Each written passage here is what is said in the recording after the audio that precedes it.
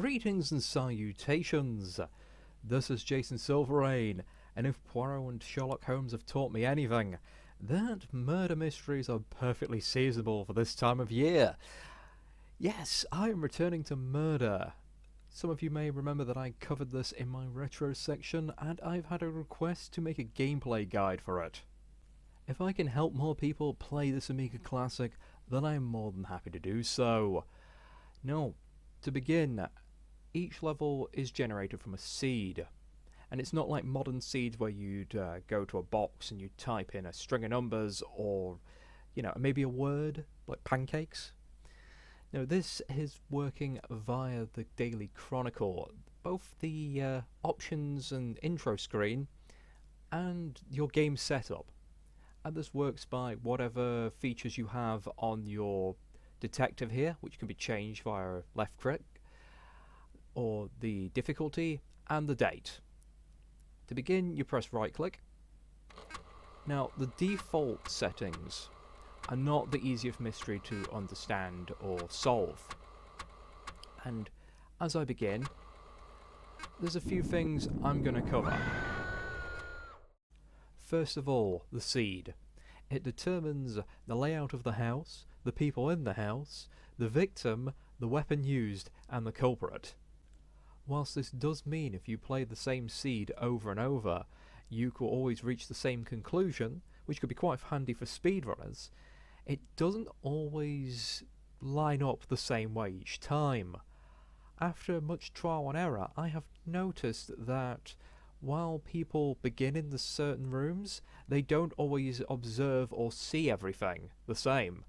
So you might not always get information that you need from talking to witnesses. Also, it doesn't seem to affect how people move once the game begins and the items they pick up and put down. So obtaining that certain set of fingerprints can still be quite difficult. Moving on to our second key point, how to actually succeed at the game. Now, to win, you need to correctly identify and accuse the murderer. At the very least, before you can make an accusation, you need to identify the correct murder weapon. And whilst this is very simple on the easiest difficulties, on the harder difficulties this can actually be the trickiest part of the game, especially if someone has been strangled. But before I go into more depth, let me break it down into three parts. First, identifying the murder weapon. Second, the opportunity to commit the murder. And third is motive. So, in order, identifying the murder weapon. As I've said, this can be tricky, but we do have one key thing right at the start that can help us, and that's examining the dead body. It usually has a status next to it, such as stabbed, shot, or strangled. However, on harder difficulties, it can have unidentified. That usually means strangled, but again, I haven't seen every weapon in this game, and I am unsure if there is a poison as of yet, but so far I've not encountered it. This allows us to narrow down the selection of weapons that were actually viable for the murder right away. And on novice difficulty, in many cases out of 10 weapons, only 1 or 2 will be potential murder weapons. A further thing for novice difficulty is often the murder weapon is the only one that will have fingerprints on it. This is important because once the game begins, I have never seen one of the AI characters pick up and move a murder weapon. Glasses and wallets and small things like cufflinks, people pick those up and put them down rather frequently, but murder weapons no one touches. So you don't have to worry about your fingerprints being altered, but please remember on higher difficulties, multiple weapons will have fingerprints on them. Whilst we're on the topic of fingerprints, these work very simply. When you wish to go to examine an item, you use the question mark icon and then click the fingerprint icon to go over and take a fingerprint from that item. This can be used to collect fingerprints, but it will not tell you who the fingerprint belongs to, and you can't take fingerprints directly from people. So one of the key things you need to do when questioning witnesses is knowing who has picked up what and when, so you can figure out who was the last person to hold an item. There's also the problem that people will pick up and move small items here and there, left, right and centre, and occasionally it's just worth checking who's carrying things when you walk past them. And finally, before I forget, you cannot fingerprint an item that you've taken into evidence, so make sure you only take things into evidence when you're absolutely certain, and to fingerprint everything first. Of course, our other main tool is questioning people, and this can be very useful as it covers both the potential murder weapon and the opportunity to commit the murder. For example, if the murder was committed in the storeroom and the person with one of the knives was on the other side of the mansion minutes before the murder occurred, they are probably not the murderer, and that particular knife can be struck off from the list of murder weapons, because they simply can't get to that location fast enough. And with that, I'm going to move into our second point, the opportunity to commit the murder. Hopefully that last point cleared up my point about opportunity to commit murder. If not, here it is more simply. This game does actually require time to move between rooms. So, if the murder occurred in, say, a storeroom, you can be sure that everyone within maybe 2 to 3 rooms distance is a potential suspect. Everyone outside of that range are not going to be your murderer. And if the person has been stabbed and someone was carrying a knife and walked into that room where they were found 5 minutes earlier, you're pretty certain you know what the murder weapon is, or the person who committed the murder. In fact, usually I've discovered the murderer just by someone saying, "Oh yeah, that guy, he walked in 1 minute before the murder, and he wasn't the person to report the body? Yeah, that's pretty sus." More often than not though, it's not that simple. Sometimes no one's been in the area where the body was found until it was found. So, say the murder happened in the basement. Anyone who walked past the basement stairs, or the entranceway of the stairwell, they are a potential suspect. Again, especially if they were carrying a weapon, or if earlier in the night they were seen picking up that weapon and no one mentions them putting it back down. But witness testimonies in this game are a little unreliable, and they don't always give you information that you think they should. A key example of this would be someone refusing to inform me about a particular item that someone else has seen them pick up. Now, there is a key thing in this game that the murderer will not give you incriminating evidence. They will not self-incriminate, so they will refuse to talk about certain things like murder weapons or locations. But the problem is, more often than not, that is not even going to help you narrow it down, because the damn gits just won't inform you of things. I've had someone walk around carrying an item, and when I've asked them about said item, they say, "I don't know anything about this item." So, the game does have its flaws, and it can be difficult to build up information. More often than not, you will not have all the pieces you need, and you'll just have to make a gut instinct judgment. And finally, motive. This is the one that comes up the least for me, and that makes me a little sad because it does rely on witness testimony. And again, not everyone observes certain things occurring, and witness testimonies are not consistent throughout even the same seed being repeated, because not everyone will see something even if it happened in the same room. But it can help you narrow down the murderer. For example, I've had one case where I know someone's been strangled. I've seen someone else pick up a cord, a curtain cord to specify. Another person had a rope.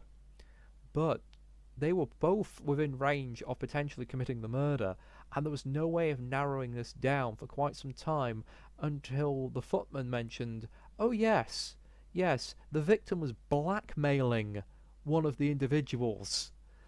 And again, you can ask people about their relationships and the like, but usually that's quite difficult until you've got a motive somewhere. And it does mean there's a lot of back and forth and going through every potential conversation piece, which you don't always have time for because you are on a time limit. But again, motive isn't vital to make the accusation, And you can't make an accusation just on motive, because on the flip side, I've also had people argue with the victim. I mean, I had one chap who argued with practically everybody in the house, which was a nightmare because I was on a red herring that maybe 2 or 3 people, potentially the murderers, and it was someone completely different, someone he hadn't yelled at, who he turns out he was having an affair with. I mean, there is multiple different motives. There is blackmail, there's affairs, there is, oh, I'm trying to remember now, just arguments and anger. I think there was an inheritance issue with one. There's quite a few little things in the background which potentially may give people, well, reasons to kill. Alright, let's see if we can put our lessons into practice. I'm not using the default setup because it's crashed 4 times now, unfortunately. So, she's been shot. Miss Greta Peters, hostess. She is in a solitary room, the cook's dressing room. Well, that meat knife's going to be useless to us. And one of our witnesses has just walked out, but hopefully not too far. Okay. Can you... Arguing... Okay. That's a motive right there, right away. I think this is really obvious. Okay. That's pretty good. This is all useless information. Oh, wait a minute. Oh no, he dropped the whip, and someone's just dropped something there. What was that? Oops. Let's use the magazine. The magazine gives us a blue thing for him. Alright, so Arthur Peters. There's a lot of Peters here. On Oaks. Okay. V2, cook's dressing room. I'm going to have to double check when the murder was.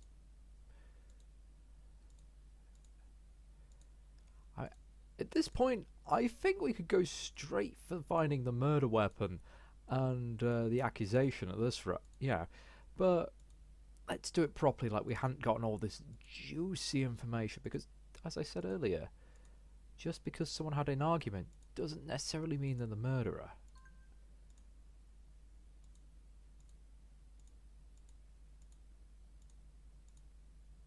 But this is much better, because the default setting, there's very few witnesses and very little information, so the only way you can solve that one is by getting all the fingerprints. Alright. Miss Betty Ross was very close to the murder scene as well. You picked up the wine glass. You dropped the wine glass. Picked up the magazine. Magazine. You've been so helpful, thank you. Oh my goodness. This is ridiculous. Alright.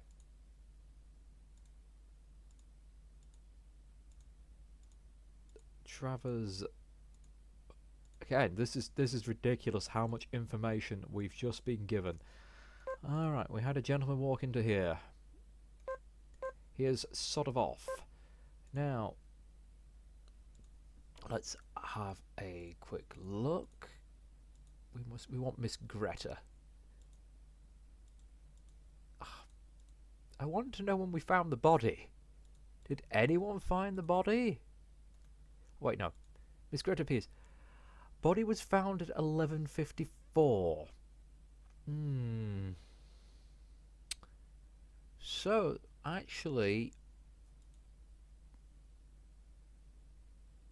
there's a good hour before the murder.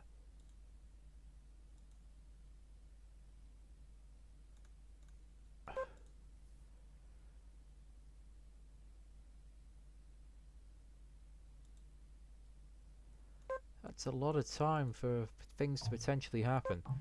And I see someone's already picked up that magazine and started off with it. So we've on the second floor corridor. Oh yeah, we can look round here. We're gonna have to look for a gun. Statue isn't gonna help us. Hair slide. Let's have a look at the fingerprints on this. Because we did get told that someone picked up the hair slide earlier.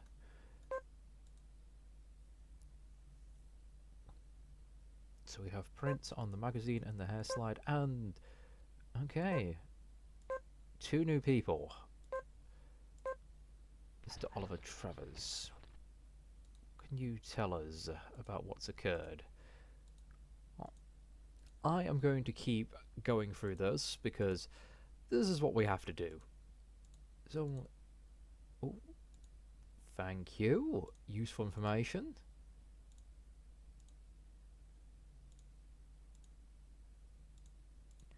And I will come back to you when I've got more clues.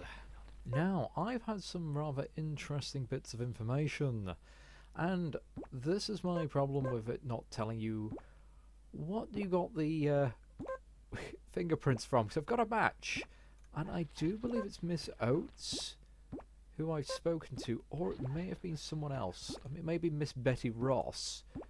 There was someone in the room I spoke to regarding a murder, and then they put down something. So I am going to... No, she's not giving me any info. So I'm going to follow her around, check out the cigar case when she eventually drops it, and then I think I've got my murder here. Because I found a Colt. It had the fingerprints on it. I mean, theoretically, it might not be her, but it's looking pretty suspect now. Actually, no, you can tell me about Miss Oates. Oh, yeah. Okay, she was hanging around there quite a lot. How about the butler? Can you tell me about Miss Oates? Madam, did you see Miss Oates?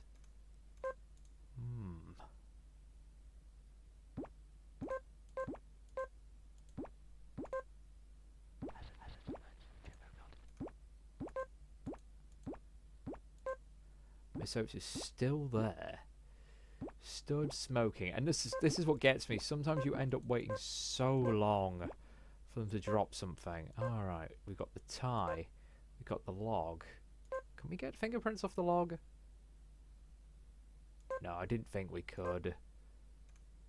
Because the other person who's suspect was just picking up weird stuff. Oh, whoops.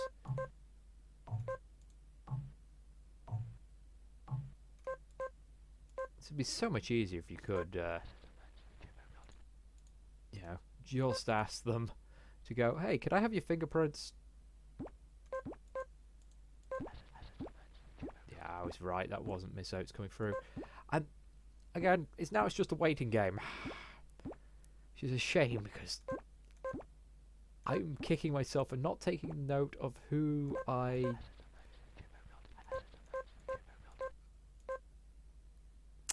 Yes, because I swear... The problem is there's 2 people called Betty. And I think that Betty Ross was the other suspect. Oh, no, there's 3 people called Betty. Oh, great. That's not going to get confusing, is it?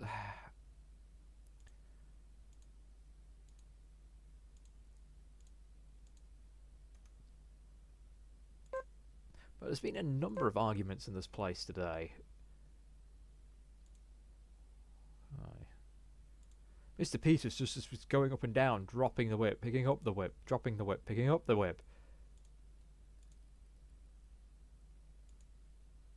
But he was on the first floor. Miss Fanny Peters, who was, I think, the person giving us our information at the start. Yeah, she actually had argued with the suspect. Miss Oates was doing lots of stuff. We continue. She entered the spare room at 11:45.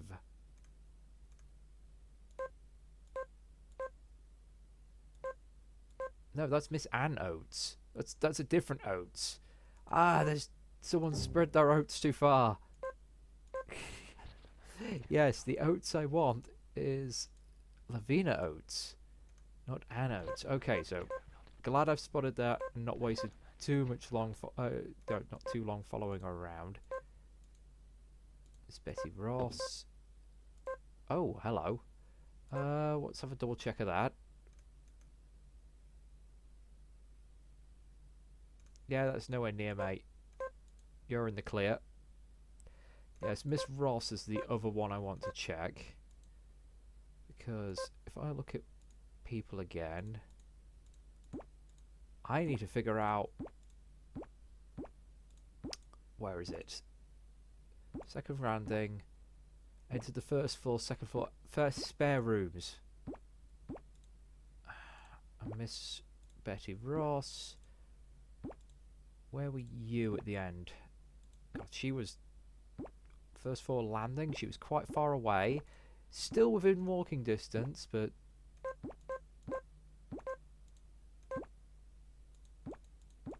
Oh, they are very much mobile in this one. I haven't spoken to the cook. Alright. How about Miss Betty Ross then? Okay, not her. Oh, someone just put something down. Let's check that wine bottle.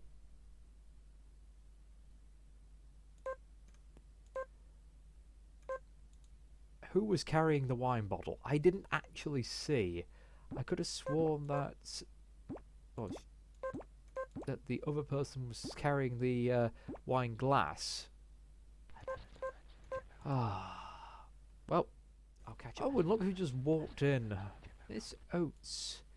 May I have a word with you? And yourself? Nothing to tell me, eh? That's a little, suspect. Okay. You've nothing else to say, do you? At all, in your defence?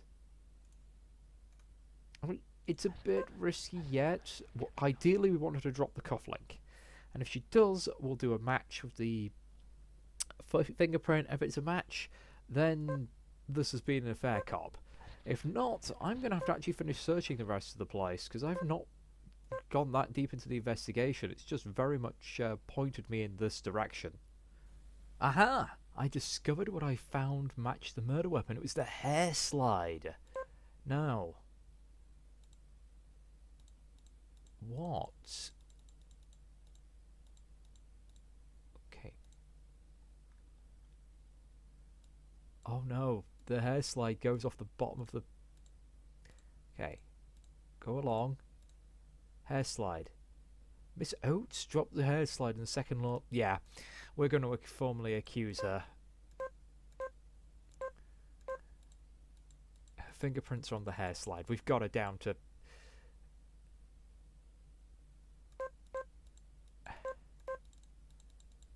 Alright, now we've got to find her again. She's done a runner. Is that her? I look away for just a moment. Yes.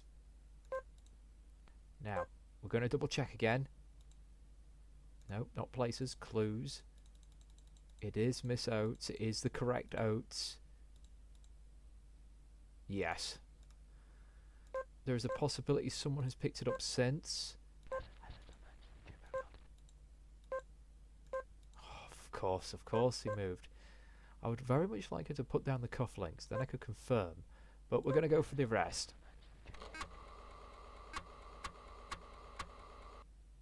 Success! Yes! So I was correct. And whilst I did skip quite a bit of it, we got a indication that she might be the murderer through a argument. It doesn't class as a motive. It just gives you a hint of who's belligerent. And from there, you can occasionally get a motive. You have to get to ask specifically what was the relationship between person A and person B in order to have that listed as a motive if anything comes up. But yeah, we found a murder weapon by analysing the body. Again, I jumped to conclusions, but it being on novice difficulty, I knew it was going to be possibly the only gun with any fingerprints on. And whilst it took me longer than it should have, because I forgot to actually note down what the fingerprints I initially found were on, we managed to get a fingerprint match with the murderer. But this is just a nice little intro of how to play murder. I hope it's helped. There are various other ways of questioning, such as questioning specifically about rooms, specifically about items. I found rooms as a very good one. If you don't want to go for the entire list, if you just want to narrow it down who's been in these certain rooms, and that can be very, very helpful. It doesn't always work, and the room listing is an absolute awkward sod to go through, sometimes more than the people listing. It really depends on how the area is being generated. Asking directly about items and weapons doesn't always really give results, but it can also come in handy in clutch. But other than that, thank you for watching, and I will catch you next time.